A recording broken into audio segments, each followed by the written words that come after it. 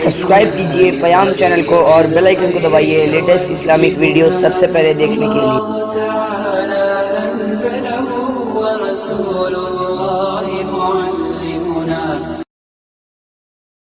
الحمد للہ رب العالمین والصلاة والسلام علی سید الانبیاء والمرسلین وعلی آلہ وصحبہ اجمعین اما بعد۔ ناظرین محترم، اس وقت پورے عالم میں کرونا وائرس کی وجہ سے جو بے چینی ہے، اس کی وجہ سے کئی احتیاطی تدبیریں کی جا رہی ہیں۔ انہی احتیاطی تدبیروں میں سے یہ ہے کہ ایک مقام پر زیادہ تعداد میں لوگوں کے جمع ہونے کو روکا جا رہا ہے، اور اسی کی وجہ سے حکومتوں نے یہ احکامات جاری کیے ہیں کہ عبادت گاہوں میں لوگ جمع نہ ہوں اور عبادت گاہوں کو بند کر دیا جائے۔ اسی پس منظر میں حضرات علماء کرام نے یہ مشورہ دیا ہے کہ مسلمان اپنے گھروں میں نماز ادا کریں، ساتھ ہی قانون کے دائرے میں رہتے ہوئے مساجد کے آباد رکھنے کی بھی کوشش کریں کہ ائمہ اور مؤذنین اور ایک دو چند افراد مل کر مسجد میں جماعت کر لیں تاکہ مسجد بھی آباد رہے، قانون شکنی بھی نہ ہو، اور احتیاطی طور پہ جو ایک دوسرے سے دوریاں بنائے رکھنے کی باتیں کی جا رہی ہیں ان پر بھی عمل ہو جائے۔ اس وقت جب کہ مسجدوں میں لوگوں کی آمد و رفت پر پابندیاں لگائی گئی ہیں، تو لوگوں کے درمیان نماز جمعہ کے حوالے سے طرح طرح کی باتیں شروع ہوئی ہیں کہ نماز جمعہ میں کیا کرنا چاہیے۔ ظاہر سی بات ہے کہ جب حکومت کی طرف سے پابندی ہے تو پھر لوگوں کا مسجد میں جمع ہونا اور مسجد میں جا کے نماز ادا کرنا ایک مشکل کام ہے۔ تو ایسی صورتحال میں نماز جمعہ کا اہتمام گھروں پہ کیا جائے یا نماز ظہر کا اہتمام کیا جائے۔ حضرات علماء کرام نے لکھا ہے کہ شہر اور مضافات شہر اور وہ علاقے جہاں پہ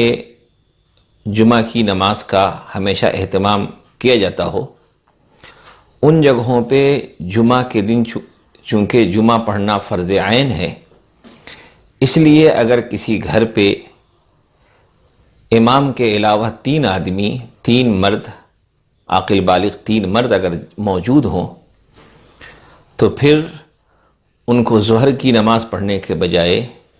جمعہ کا اہتمام کرنا چاہیے۔ اور اگر اتنی تعداد میں کسی گھر میں افراد موجود نہ ہوں اور اتنی تعداد میں اڑوس پڑوس سے دیگر افراد کا آنا بھی ممکن نہ ہو، قانونی طور پر دشواریاں ہوں، تو پھر ایسی صورت میں ظہر کی نماز ادا کی جائے گی۔ تو خلاصہ یہ کہ اگر کسی گھر میں، کسی کارخانے میں،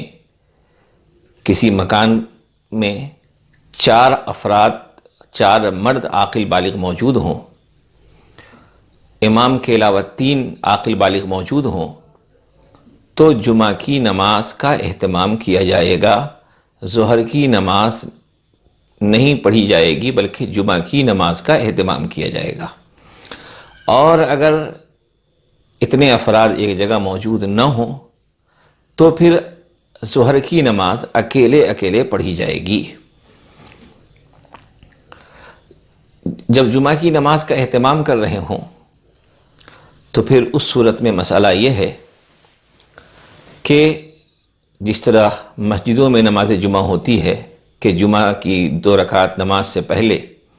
خطبہ کا اہتمام ہوتا ہے اور خطبے سے پہلے اذان دی جاتی ہے، تو گھر پہ، کارخانے میں نماز جمعہ ادا کرنے کی صورت میں بھی خطبہ کا اہتمام کیا جائے گا اور خطبے سے پہلے والی اذان بھی دی جائے گی۔ البتہ جمعہ کے دن کی جو پہلی اذان ہے وہ اذان دینے کی ضرورت نہیں ہے، محلے کی اذان ہی کافی ہو جائے گی۔ اور خطبہ کے سلسلے میں بھی یہ بات ذہن میں رکھیں کہ خطبہ کوئی مخصوص پڑھنا ہی ضروری نہیں ہے، بلکہ ہر وہ خطبہ جس میں واعظ و نصیحت ہو، ذکر ہو، درود شریف ہو،